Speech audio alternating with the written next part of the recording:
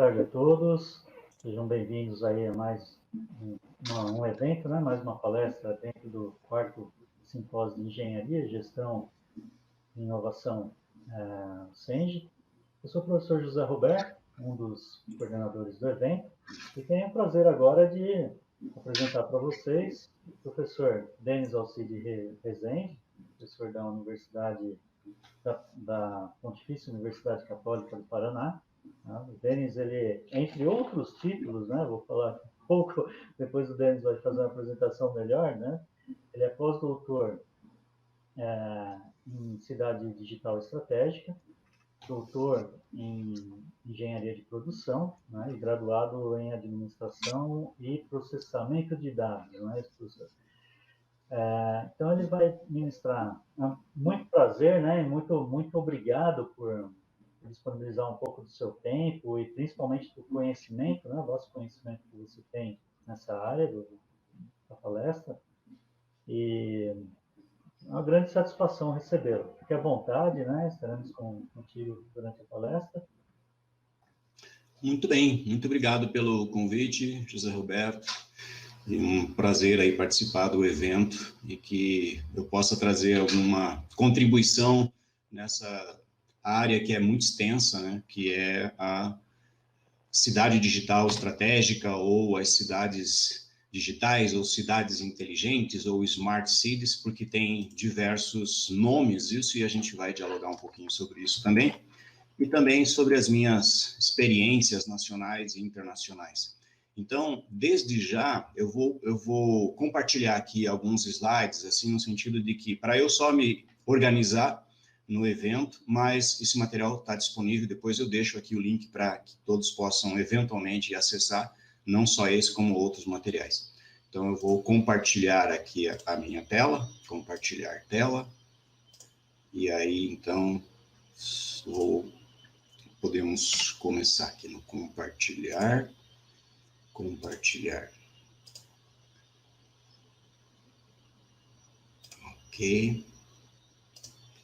Ok, eu acho que já está compartilhando, então. Então, a minha pretensão aqui é falar um pouco sobre a cidade digital estratégica. Eu organizei uma forma de apresentar isso em 5 momentos. Penso em dialogar esses 5 momentos, apresentar, mas depois abrir para as suas respectivas perguntas, porque se não tiver as perguntas fica mais formal, e eu gostaria que fosse um diálogo bem informal. Então, um primeiro momento que eu vou comentar, fazer uma introdução, é que seja no Brasil ou em outros países, existe uma pressão muito grande para as cidades darem conta do governo. É na cidade que tudo acontece. É na cidade, então, que existe a pressão dos cidadãos, existe as pressões legais, políticas, e nem sempre a cidade tem condições financeiras para dar uma qualidade de vida aos cidadãos, e nem sempre as cidades têm disponível para elas gestores competentes. Então, a cidade digital estratégica também está relacionada com a administração pública, e talvez uma forma de ajudar na gestão da cidade, ajudar na qualidade de vida dos cidadãos, é fazer projetos de cidade digital, mas como uma visão, um enquadramento mais estratégico, porque sem estratégias na cidade, o que não é peculiar no nosso país, os projetos de cidades digitais ficam muito mais sociais ou tecnológicos. Então, a intenção aqui é dialogar sobre essa possibilidade de disponibilizar informações e serviços para os cidadãos para que tenham uma nova qualidade de vida, uma qualidade de vida mais adequada. Então, o primeiro ponto, eu fiz essa introdução, dizendo da relevância que é possível ter esse projeto. Agora, da onde que surgiu isso, essas ideias digitais? Da New Public Management. E não é uma coisa nova, né? Embora o new seria o ideal se fosse Old Public Management, porque é uma teoria que propõe aplicar tudo que tem de bom na iniciativa privada, pode ser aplicado na iniciativa pública, e o cliente é visto, o cidadão é visto como um cliente, né? Então, essa teoria, de novo, vem da década de 50. E há estudos, né, desde a década de 50, 60, 70, e explodiu-se, então, na década de 80, esses estudos que relevaram as cidades também digitais. Uma outra conhecimento que eu gosto sempre de compartilhar é que uma cidade, ela deveria ser dividida em temáticas municipais. E, às vezes, alguns profissionais da saúde, da engenharia, da arquitetura, chamam isso de áreas, né? E muitos políticos chamam isso de secretarias estaduais, municipais ou ministérios. As temáticas municipais ou funções públicas não são departamentos, tampouco secretarias, elas são macroatividades que tem em todas as cidades. Como, por exemplo, toda cidade, né, mesmo sendo uma cidade urbana, ela tem a secretaria, mas nós não falamos de secretaria, ela tem a função de agricultura, de ciência e tecnologia, habitação, lazer, obras, urbano, rural, educação. Então, isso é muito importante o entendimento quando se pensa em uma cidade digital, se pensa em estratégias, quando se pensa em organizar a cidade, é preciso dividir a cidade não em áreas, não em secretarias, não em departamentos, mas sim em temáticas. E essas temáticas são integradas. Quando se fala de segurança, também se fala de educação. Quando se fala de saúde, também se fala de habitação e assim por diante.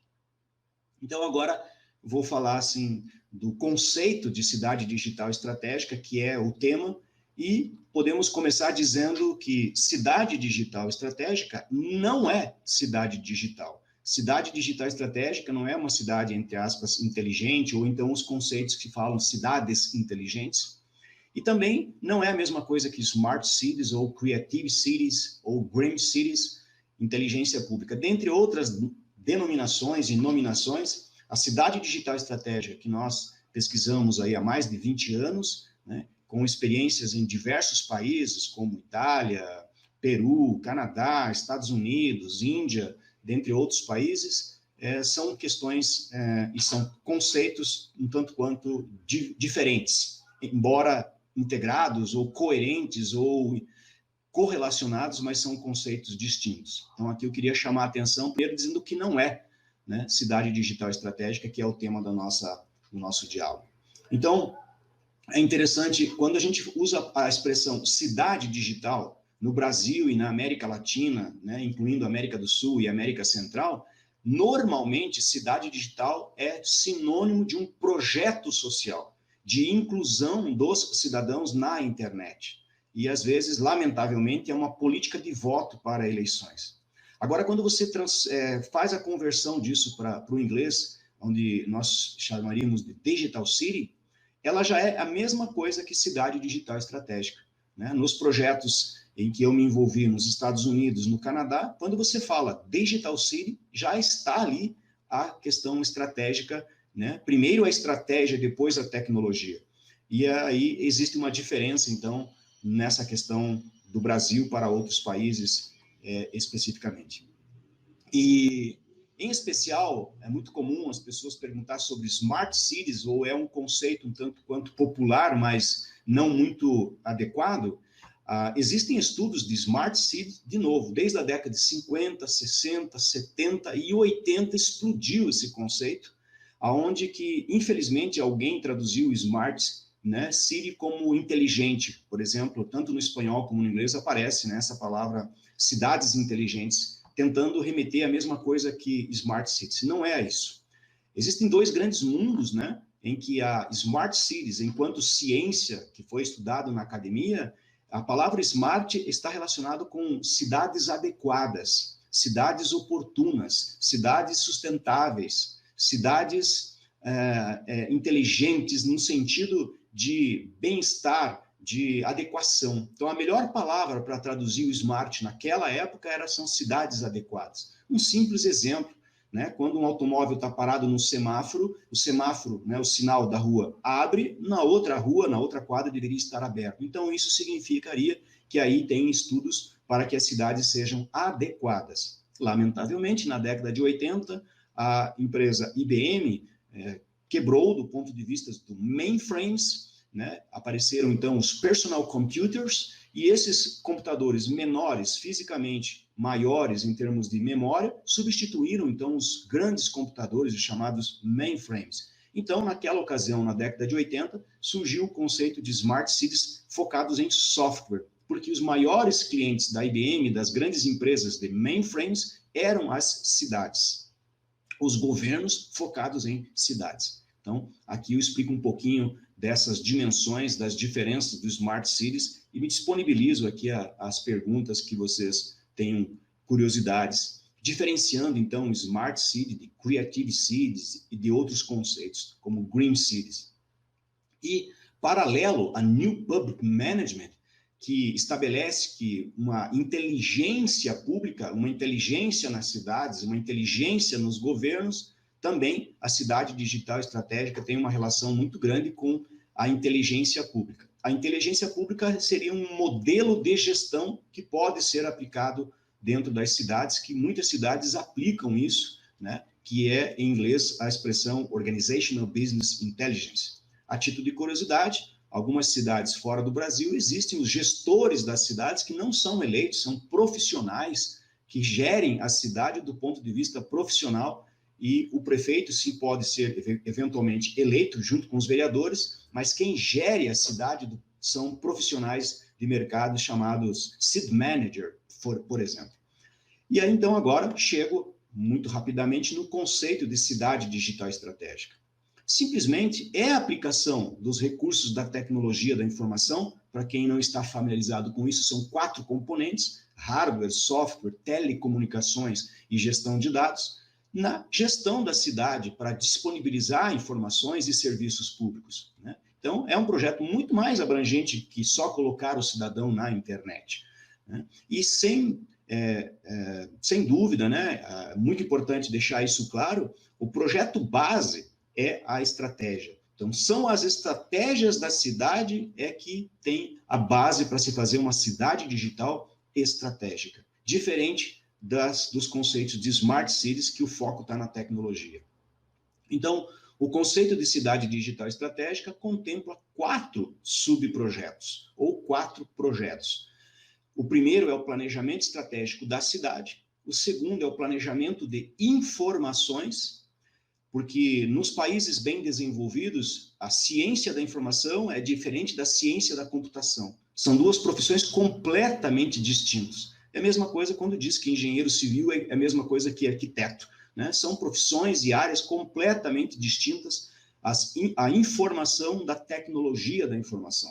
São profissões e temas completamente distintos e que no Brasil e América Latina, infelizmente, nós juntamos essas 2 coisas. Então, o segundo projeto é de informações, o quarto é da tecnologia.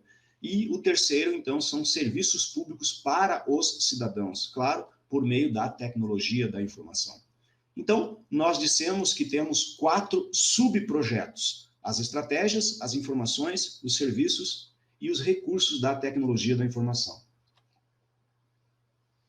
Diante disso, nós fomos, ao longo desses mais de 20 anos, desenvolvendo alguns modelos. Esse aqui é o primeiro modelo, onde uma cidade deveria ter o planejamento estratégico municipal, que no Brasil não é uma lei. Por exemplo, Curitiba não tem planejamento estratégico municipal, o estado do Paraná não tem planejamento estratégico do estado e o Brasil não tem planejamento estratégico. Já o plano diretor, né, é físico-territorial, o plano plurianual, para quem não está familiarizado, é orçamento. À direita, então, nós teríamos sistemas de informação, de conhecimentos e a tecnologia.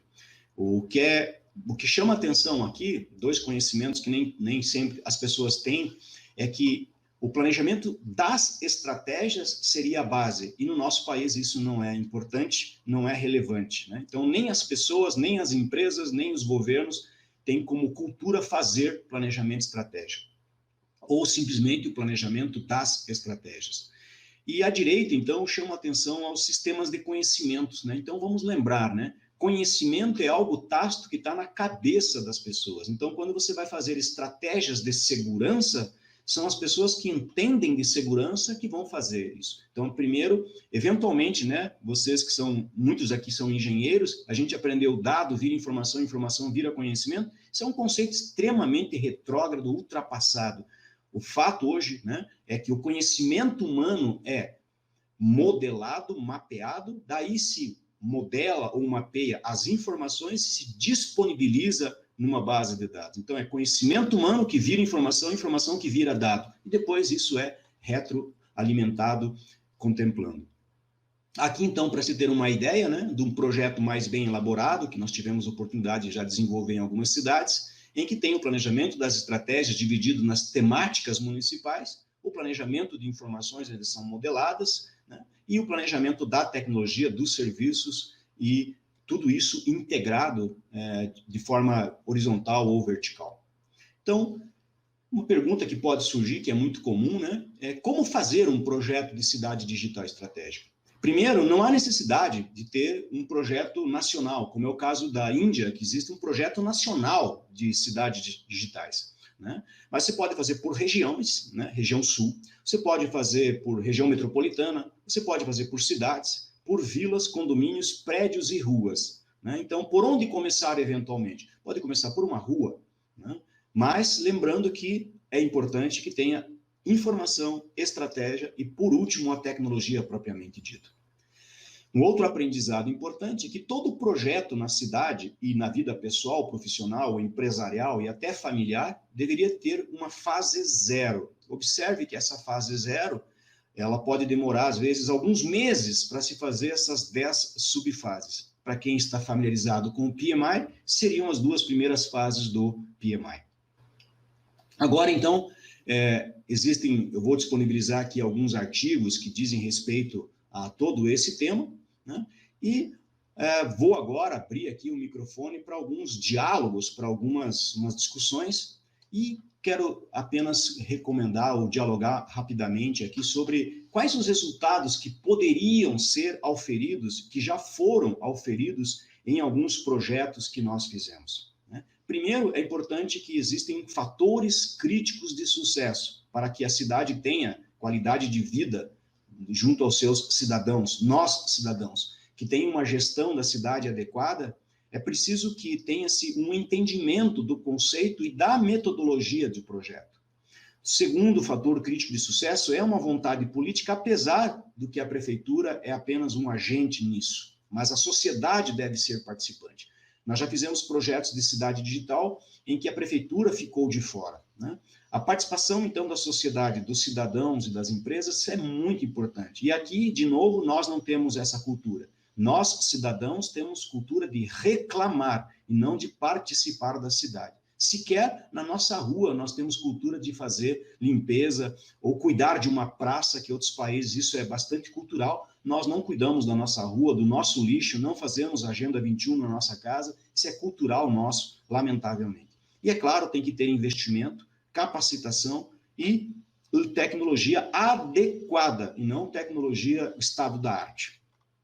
Então, é possível, sim, gerar informações, facilitar a gestão das cidades com esses projetos, incentivar a participação dos cidadãos para que tenha, sim, credibilidade, confiança e resultados adequados.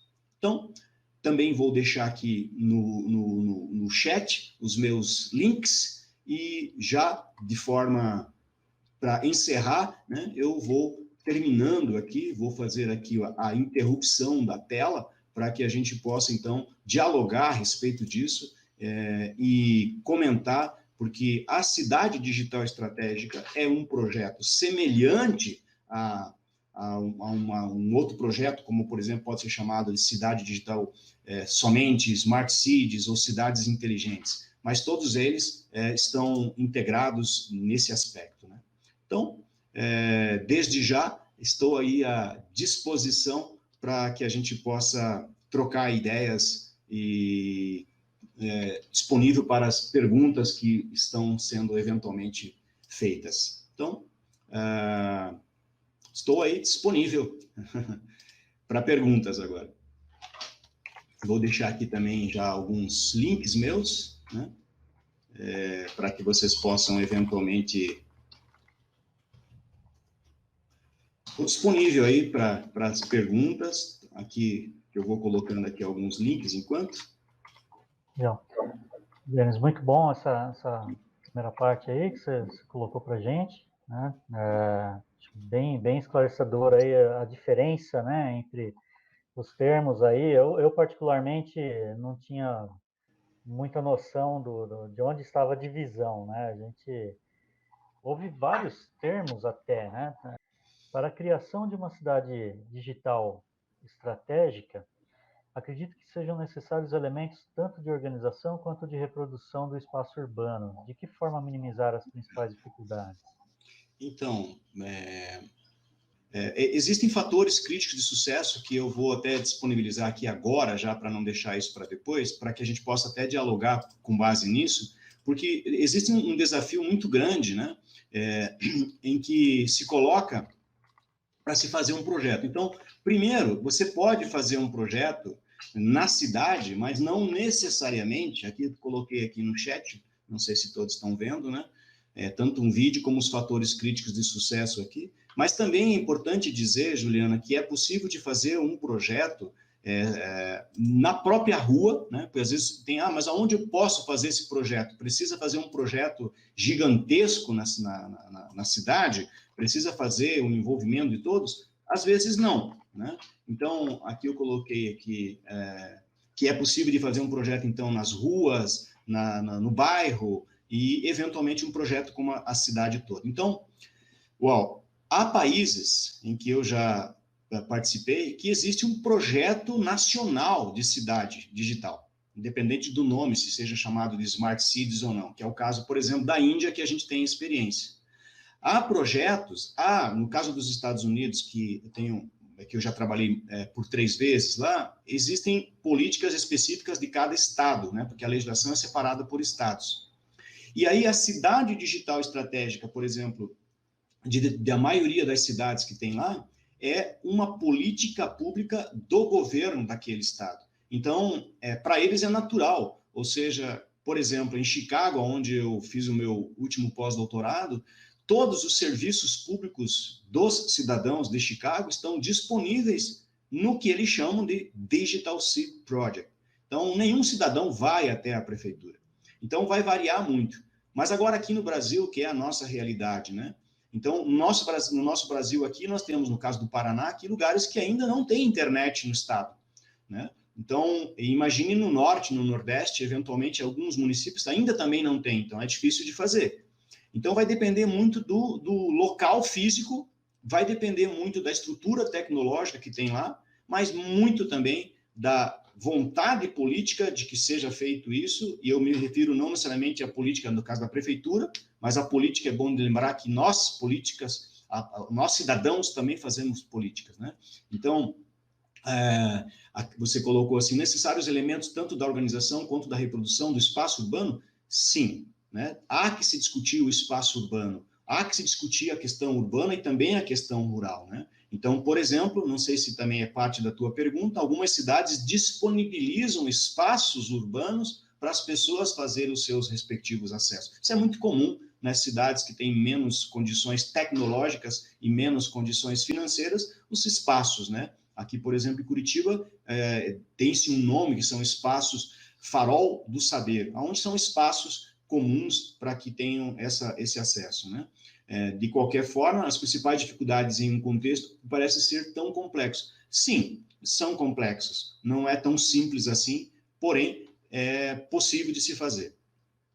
Eu recentemente tenho nessa de pesquisar, né, sobre essa temática do evento, pesquisar mais alguns participantes, etc. Um pouquinho lá atrás, né, alguns meses atrás, acabei me deparando com um livro que Cidades Privadas Livres, do Titus Global, algo assim, né? E aí, quando a gente fala assim, da cidade estratégica, a gente, claro, vai envolver, como você está falando, governança e etc. Será que seria um caminho tentar pensar, então, em cidades livres, né, de governos? Esse é um pouco polêmico, porque tem uma questão, depende muito dos países, né? Cada país tem a sua própria legislação. No Brasil, isso seria impossível, porque nós temos uma legislação que não permite isso, né? Alguns países têm as chamadas áreas livres, né? Mas não é comum isso, né? E de outros lugares também tem, né? Como outros países que, por exemplo, que eu tenho experiência, que o governo é muito mais forte, né? Eu não vou citar o nome de país, onde você não faz absolutamente nada sem a participação do governo, inclusive que ele chega com violência. Mas, especificamente, como nós estamos no Brasil, talvez a gente pode dialogar sobre essas curiosidades, né? Particularmente, eu fiz projetos, já trabalhei no Peru, que é um país bastante humilde, né? Itália, que é um país que tem toda uma agenda digital europeia. No Canadá, eu já trabalhei nos Estados Unidos. E sempre gosto de colocar essa curiosidade, por exemplo, porque não há uma forma única de fazer, não há um método único de fazer. Nós temos um modelo de projetos, mas toda vez que a gente vai ajudar uma cidade a fazer, né, seja como professor ou seja como consultor, sempre a gente ajusta aquele modelo para aquela cidade, respeitando, inclusive, as legislações locais, né, porque aí tem uma Câmara de Vereadores que tem uma legislação local.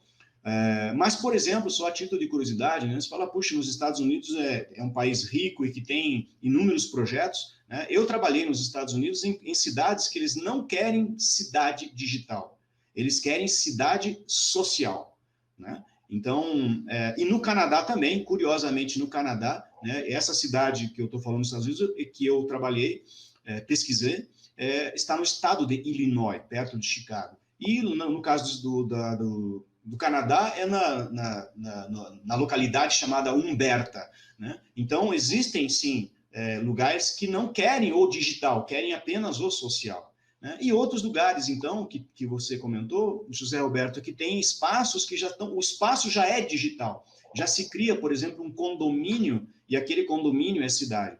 Uma outra curiosidade, né? O conceito de condomínio, village, bairro, cidade e município vai variar de cada país também. Então, por exemplo, nos Estados Unidos tem village, que é muito maior do que um lugar chamado cidade, e tem uma respectiva legislação. E daí, naquela village, naquela cidade, naquele local, é 100% de cidade digital no que tange a serviços. O mais importante que eu gostaria de reiterar aqui é o aspecto de não apenas colocar o cidadão na internet, porque isso nós temos hoje, né? No próprio Brasil, você comprou um celular, se tiver condições ou internet livre ou pagando, você está na internet. O fato é que nós militamos e que nós pesquisamos e tentamos dialogar sempre disponibilizar os serviços para os cidadãos. Por exemplo, marcar uma consulta num médico público, né? Então, para você não ir 5 horas, 4 horas da manhã, ficar num frio como é Curitiba, por exemplo, isso é desumano. Então, por que não ter, né? É só um exemplo Curitiba, por que não ter essa prerrogativa de fazer o agendamento para chegar no horário, matricular uma criança na escola, enterrar ou fazer as burocracias de um ente querido num cemitério? Então, os serviços é que são o foco. Esse que é o grande objetivo da cidade digital estratégica ou dos projetos de cidades digitais para ampliar a qualidade de vida dos cidadãos. E, paralelo a isso, ampliar a forma de gerir, né? Em uma cidade que nós trabalhamos, quando o indivíduo nasceu, ele já vai ser registrado no cartório e ele já entra na cidade digital. Então, no momento em que ele for fazer uma matrícula ou for fazer alguma atividade pública da cidade, ele já está o que as pessoas chamam de cadastrado. É um único cadastro para aquele indivíduo. Então, existe, sim, toda uma estrutura para isso, né, que depende, sim, de uma visão tecnológica. Como foi dito aqui, né, eu tenho interesse por assuntos referentes ao setor público, né, e é de Curitiba, que bom. Então, esse aspecto é muito interessante. Então, eu gostaria de, novamente, reiterar, né, que o aspecto tecnológico é importante. É importante. O aspecto tecnológico é relevante, mas ele não é o único, porque hoje existem inúmeras empresas no Brasil, né, vendendo soluções, né, mas não adianta a solução, né? A solução tecnológica, é tal como uma empresa, né? Tem muitas empresas que compram um software CRM, mas não tem informações do cliente e do consumidor. né? Então, se vende softwares de business intelligence, mas não tem informação, não tem dado, não tem conhecimento humano. Como que nós vamos planejar a agricultura se não tiver o conhecimento do agricultor? Como que nós vamos planejar a saúde e fazer serviços, estratégias e tecnologias voltados à saúde se o enfermeiro, o médico, o fisioterapeuta, o professor de educação física não estiver ali? Então, não é uma questão política, é uma questão social, mas muito desafiadora, porque depende de uma série de fatores, né? Mas só para concluir, a gente pode avançar nisso fazendo como uma Agenda 21, né? Que a Agenda 21 a gente pode fazer no nosso prédio, na nossa casa, com os nossos vizinhos, né? E aí ampliando isso de uma maneira mais adequada. Muito bem. O que mais de pergunta? Será que é possível ter uma cidade digital mantendo a privacidade das pessoas? Bom, esse é um outro, aqui, só vou colocar aqui de novo um vídeo que as pessoas podem acessar, tudo que eu falei está nesse vídeo, né? Então, a privacidade das pessoas é uma outra discussão, né? Depende do conceito que nós temos de privacidade, né? Então, por exemplo, sempre quando se fala disso, de lei de proteção de dados, a gente pode lembrar da área médica. A área médica tem uma série de informações e aquelas informações são destinadas a um grupo de médicos, né? Então, agora, a gente não pode confundir privacidade com 5, 10 ligações por dia que a gente recebe de empresas de bancos ou de empresas de telefonia, né? Isso é invasão de privacidade, sim, né? Agora, um outro exemplo é quando você se hospeda em um hotel, você deixa algumas informações ali, se você quiser que essas informações sejam conhecidas. Então, sim, temos que respeitar, né, a privacidade, mas as informações, elas são pertinentes. Tem que lidar com a informação, respeitando legislação e privacidade, sim, que é um direito de quem cede a informação. Quais seriam as possíveis etapas em termos de tecnologias para as cidades virarem digitais? Inicia com a acessibilidade à internet. A última coisa, num projeto de cidade digital, é a internet. Olha que coisa provocativa, né? A última etapa é a internet. Então, vamos dizer que, para falar didaticamente aqui, a quarta etapa é a internet, né? A primeira etapa de um projeto de cidade digital adequado, internacionalizado, coerente, isso já vem desde da década de 60 na academia, que estuda a adequação, qualidade de vida dos cidadãos. A primeira parte de 4, então, né, são as estratégias, que a gente não tem cultura. Quais são as estratégias de saúde da cidade? Quais são as estratégias de segurança da cidade? A gente não faz a estratégia culturalmente nos países em desenvolvimento, porque a gente está mais focado no aspecto político-partidário, lamentavelmente. Então, o plano de governo, o PPA, frequentemente são para 4 anos, né? O plano plurianual, que é o orçamento, é para 4 anos. O plano diretor é um aspecto físico-territorial, não tem estratégia, mas pode ter. Mas é para 10 anos e não é obrigatório para todas as cidades. Já o planejamento estratégico da cidade, o planejamento das estratégias, não precisa fazer porque não está na legislação. Isso vai, então, de novo, né? Curitiba não tem planejamento estratégico, eu estou falando que eu moro aqui, né? O Paraná não tem planejamento estratégico, o Brasil não tem planejamento estratégico. Então, já é o primeiro desafio, é ter estratégias. Aí, muitas vezes, se alguém estiver ouvindo, não, nós temos aqui, tem um plano de governo que pode ter estratégia, mas é a dimensão de 4 anos. Uma estratégia, nós estamos falando de uma dimensão, numa cidade de 20 anos, que as cidades bem desenvolvidas têm. Então, o primeiro seria as estratégias. Depois, as informações que são subsidiadas seriam disponibilizadas. Essas são as possíveis etapas que eu estou respondendo agora aqui, né? Que é essa pergunta que tem. Quais seriam as possíveis etapas? Etapa 1, estratégia. Etapa 2, informações. Quais são as informações necessárias para que as pessoas, cidadãos e gestores, possam tomar decisões? Porque todas as decisões que nós tomamos, a gente precisa ter informação, que já é uma outra cultura que nós brasileiros não temos. Nós temos informática, tecnologia, mas não informação. Isso acontece na nossa casa, na nossa empresa, no nosso país. A terceira etapa são os serviços. Quais são os serviços que poderiam ser disponibilizados para os cidadãos, aí sim, por meio da internet, né? E aí a quarta etapa seria, então, a internet e os componentes da tecnologia da informação. Então, eu chamaria primeira etapa, estratégia, segunda etapa, informações, terceira etapa, serviços, quarta etapa, os recursos tecnológicos, né, os recursos da tecnologia da informação, incluindo a internet. Né? E aí, isso é um projeto estratégico de cidade digital. Agora, se eu quiser começar pela internet, que é o que o Brasil sempre faz, a grande maioria, ela coloca lá 2 antenas, né? A maioria de vocês aqui são engenheiros. Quando há uma telecomunicação de 2 antenas, de 2 locais, né? E que alguém que está ali embaixo e consegue conectar, né? Ela está na internet. Cá para nós, né? Exatamente como funcionam os rádios, né? O rádio do nosso carro, o rádio da nossa casa. Tem 2 antenas, tem um raio e a onda sonora vem para o rádio. E aqui, então, a onda da internet, a onda do bit, do byte, que é uma questão técnica, não precisa discutir aqui, vai chegar até o computador, ele está na internet. E, lamentavelmente, colocar o cidadão na internet é muito bom. Ponto. Claro que é bom, ele está na internet. Claro que é bom isso. Não estamos dizendo que não seja bom, mas não é um projeto de cidade digital. Né? Simplesmente disponibilizar para ele uma ferramenta de busca, como o Google, etc., né? Isso é um projeto social, não é um projeto de cidade digital estratégica. Quando acontece um evento, né? Não sei nem bem como dizer o que estamos ainda vivendo, que é essa questão da pandemia, né? De repente pega todo mundo, o mundo todo praticamente despreparado, né? Para uma situação em que as pessoas estão de quarentena, elas estão em suas casas, né? A gente estava numa linha de morar em apartamentos, em estruturas cada vez menores, né? Mais próximas de centros.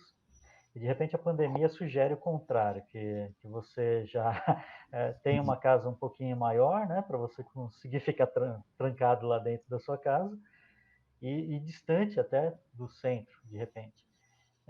E aí a gente vê, por exemplo, na Unesp aconteceu um movimento desse, em outras universidades com certeza também, né? Que será que os alunos têm acesso à internet? Se não tem, então vamos distribuir chips, né? E etc e tal. Mas como serão as aulas online? Eu quase não vi essa discussão, ficou tudo a cargo dos professores. Então, me parece que isso que você está comentando sobre a internet é o último passo, né, a última etapa. O que eu percebi na pandemia foi justamente isso, uma preocupação em disponibilizar a internet, mas não resolveu o problema. Como é que são as aulas online? Exatamente. Né? Esse é um outro exemplo, né? A gente poderia dizer que seria uma cidade digital educacional, não é? É exatamente assim. Existe já essa expressão internacionalmente falando, as cidades digitais educacionais. Tem vários nomes, né? Cada dia surge um nome, que é o indivíduo estar porque aí, se você olhar, não vou citar nomes de universidades, mas existem universidades americanas que ela tem o seu próprio projeto de cidade digital, que ela chama de Educational Digital City. Né? Então, existe toda uma plataforma que está ali, que todo um cuidado que já existia isso. Mas tem uma diferença muito grande, José Roberto, é que esses países, lamentavelmente, né, até por respeito a eles e os seus cidadãos, é que existe planejamento estratégico. Então, a escola tem estratégias educacionais. Aquelas escolas que tinham estratégias educacionais de, efetivamente, metodologias ativas, em que já estavam trabalhando com plataformas digitais em paralelo, antenados com o mundo, não sofreram tanto com isso. Claro, e respeitando as condições dos alunos, evidentemente, para isso. Né? Mas o que aconteceu no nosso país é que, de um dia para o outro, né, aconteceu comigo, eu fui tirado de sala para dar as aulas a partir da minha casa.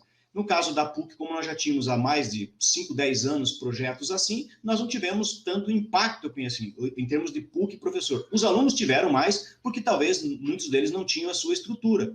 Mas, então, o que é, de fato, lamentável, assim, nós não temos cultura de planejamento estratégico, de projetos estratégicos. Por exemplo, como é que a gente pode se medir isso? Eu poderia fazer uma provocação aqui, porque a gente está falando de cidade digital estratégica, onde a estratégia é base.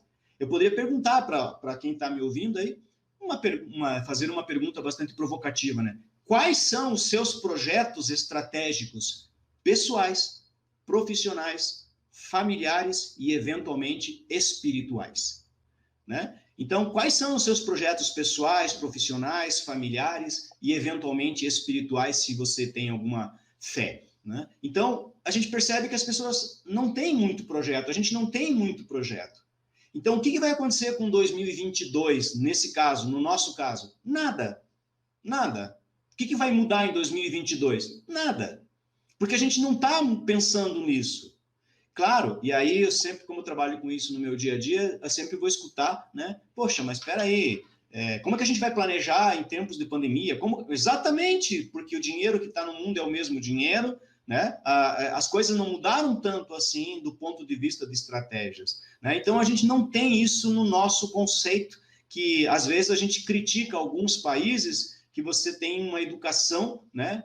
Nós temos aqui uma cultura educacional, uma cultura familiar, de que a criança vai ficando em casa até a criança com 40 anos continua em casa, né? E outros países, a criança com 14 anos já tem que sair de casa. Então, existe toda uma cultura. Eu não estou fazendo apologia para nenhum país, não, mas a gente não tem esse conceito de estratégias. E o que acontece daí, né? Então, eu e você somos cidadãos, não temos o conceito de estratégias, não temos o conceito de projeto, né? Quando se fala para uma criança, a gente não tem educação financeira, as crianças não sabem lidar com dinheiro, não sabem lidar com as emoções. Lamentavelmente, algumas dessas crianças poderão virar vereadores, poderão virar deputados, poderão virar senadores, governadores e prefeitos. Se não faz parte dele planejamento, visão estratégica, e sim visão de hoje, de amanhã, ele não vai ser simpático a planejar estrategicamente a cidade. Ele não vai defender isso, ele vai defender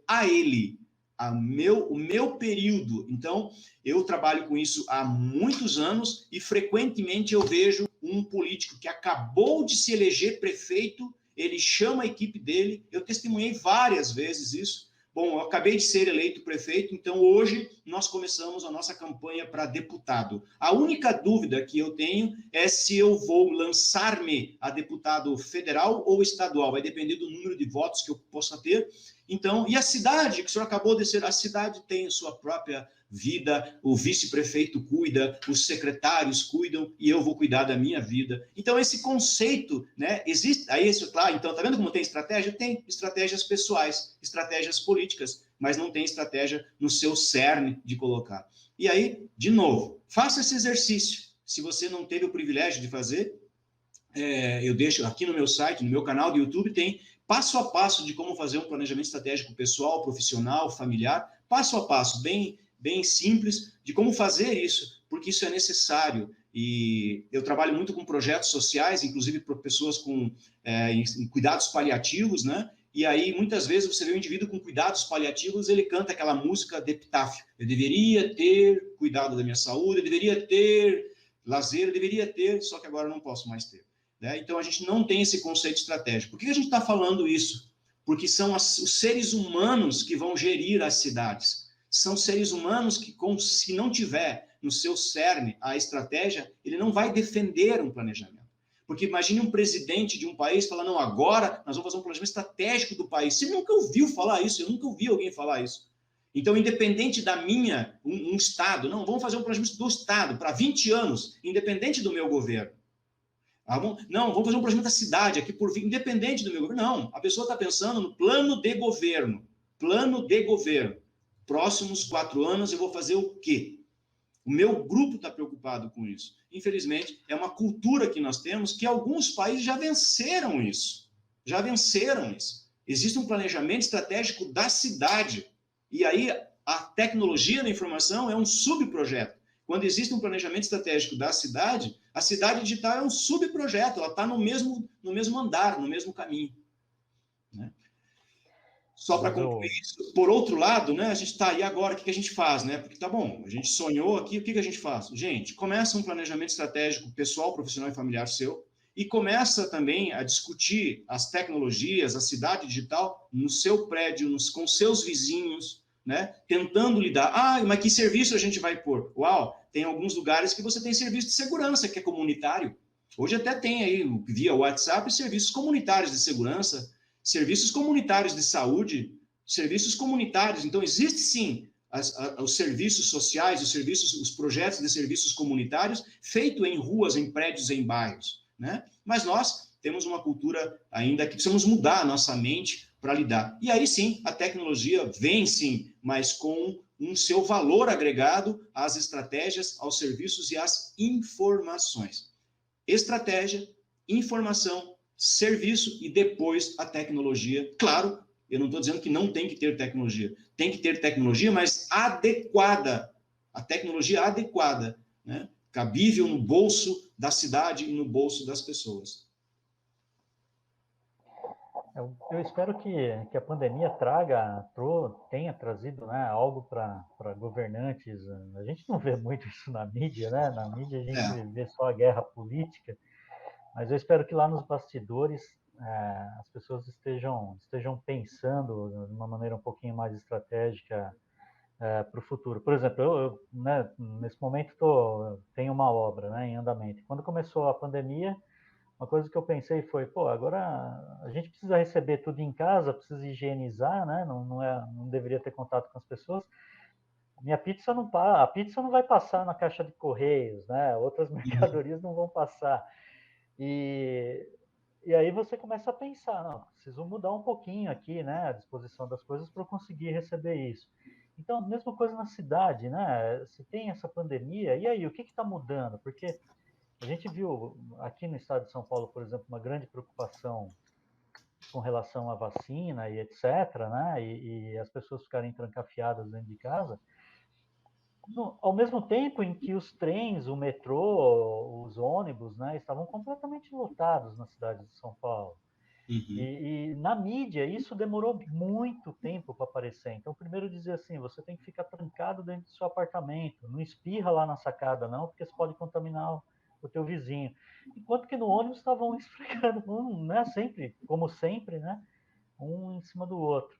Uhum. Então tem muita coisa, né, como você comentou. Infelizmente, o político, ele no Brasil ainda existe essa cultura, né, da vida política e não exatamente da dedicação à população, de deixar um legado, né, de escrever seu nome na história com algo que realmente conseguiu mudar para melhor, né? Você tem esperanças, Denis, que essa pandemia tenha alterado algo no foco? Olha, eu sou um otimista por natureza, né? E eu acho que sim. Eu acho que se nós olharmos um aspecto assim mais espiritual da coisa, algumas pessoas vão ter que mudar, né? E então eu acho que isso é o começo de talvez de uma mudança no aspecto interior. Mas os últimos a mudarem com isso serão talvez as pessoas que têm um poder definido já, né? Então você vê todo um desafio com relação à saúde, com relação aí a essas doenças todas que estão acontecendo, né? Não é possível que as pessoas também não se sensibilizem, né? Aqui na PUC já tivemos vários falecimentos, né? Nos próximos, nos grupos que eu frequento também. Então, e aí a gente sempre fala, não, só está indo gente ruim, não, mas também está indo, entre aspas, gente boa. Então, é uma coisa complexa. Eu não tenho dúvida que há, sim, uma transformação, né, no aspecto universal, espiritual, mas eu acho que ainda é muito incipiente. Ainda acho que deveria termos mais algumas coisas aí. Eu acho, não sei dizer, né, com essas novas cepas, como é que vai ser daqui para frente. Mas eu ainda tenho dificuldade eu sou um otimista, mas tenho dificuldade para ver se vai efetivamente mudar, né? Há muitas pessoas que estão mudando, sim, né, o seu interior, né? Porque a gente não muda ninguém, a gente pode só nos mudar, mas é um grande desafio que a gente tem. Agora, do ponto de vista dos projetos de cidade digital, de planejamentos de cidades, estados e país, aos poucos eu acho que isso vai ter que chegar no Brasil, porque os países mais bem desenvolvidos têm todo um planejamento e que a gente não tem essa cultura. Mas na história humana, no mundo, né, na história humana sempre teve o bem e o mal, né? Então eu acho que isso nunca vai desaparecer, mas a gente tem que olhar a possibilidade. Claro, existe uma teoria de interesses por trás disso, mas eu também posso contribuir um pouco com essa sociedade, né? Cada um fazendo a sua parte e acho que nós, da universidade, temos um papel também importante, contribuindo com essas questões aí, né? Formando pessoas, né, que tenham essa habilidade. Eu já tive mais de 30 mil alunos, né, e eu estou falando isso há 36 anos, então eu tenho visto já alguns alunos que estão envolvidos com políticas, e eles pelo menos levam essas ideias, discutem, militam nessas ideias de estratégia, etc. Quem sabe ainda, né, desses meus mais de 30 mil alunos tenham aí governadores e senadores que possam também dialogar sobre essas questões, até ter um presidente que vai dizer, eu sou um presidente que estou militando por uma estratégia do país, e não uma estratégia de reeleição, né? Que cada um que entra está pensando na reeleição, né? E até dizer, não, eu não quero ser reeleito, eu quero deixar um legado, um projeto estratégico para o meu país, eu não quero ser reeleito. Deixar claro isso, né?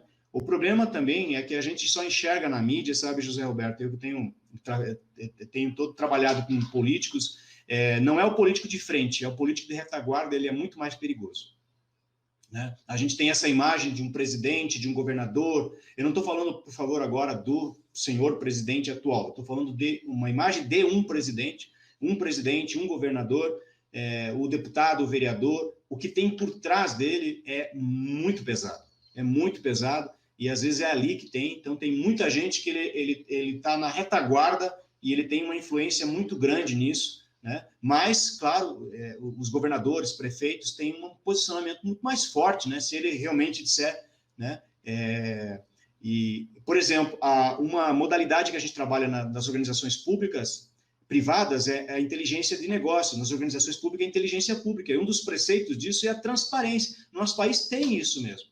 A partir do momento em que o indivíduo deixar suas contas totalmente transparente, né, não só deles, como de todo mundo que trabalha com eles, familiares, etc., né? Então, é possível, sim, dos prefeitos, governadores terem essa postura para que possamos ter estratégias. E aí, a tecnologia ela vai caminhar. A gente não pode parar a tecnologia.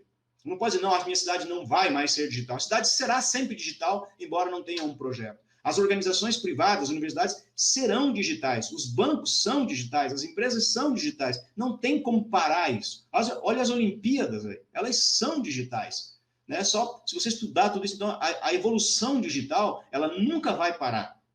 O que nós precisamos acompanhar é a evolução humana, porque a evolução digital não vai parar, ela vai nos atropelar.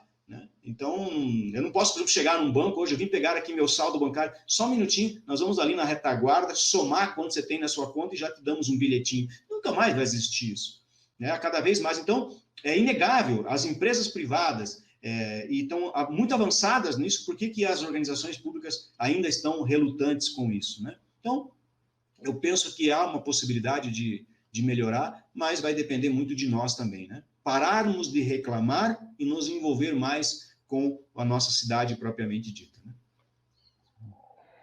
Professor Denis, quero te agradecer. A gente poderia bater um papo aqui durante muito tempo, com certeza, né? Tem muito assunto aí legal para a gente debater, mas o tempo é limitado, então quero te agradecer. Muito obrigado, né, por ter vindo aqui, dispor um pouquinho do seu tempo e do seu grande conhecimento. O professor Denis, né, para o público, vocês podem tentar fazer contato com ele, temos endereço de e-mail, o professor Denis deixou o contato.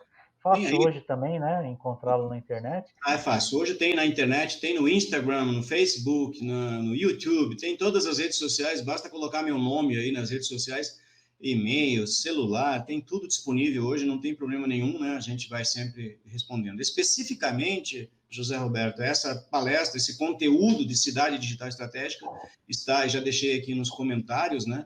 E, em especial, o canal do YouTube que eu tenho, ele tem um perfil bem do educador, um perfil mais do pesquisador. Então, quem está nessa atividade de TCC, mestrado, doutorado e pós-doutorado, tem tudo disponível, como a gente faz aqui na PUC. Nós temos uma escola de mestrado, uma escola de doutorado, uma escola de pós-doutorado, uma escola de TCC, uma escola de publicação. Quando eu falo escola, é um conceito de um conjunto de informações, um conjunto de conhecimentos que estão disponíveis no YouTube, e estamos sempre tentando disponibilizar, porque é como nós, como educadores, né? Eu gosto que me chamem só de Denis, eu me considero um educador, e então tudo que é possível eu vou deixando nas minhas redes sociais para deixar aí todo o meu conhecimento para a sociedade, né? E, por exemplo, se hoje uma cidade quiser fazer um projeto de cidade digital inteligente, cidade digital estratégica, está tudo disponível, não tem nenhum conhecimento.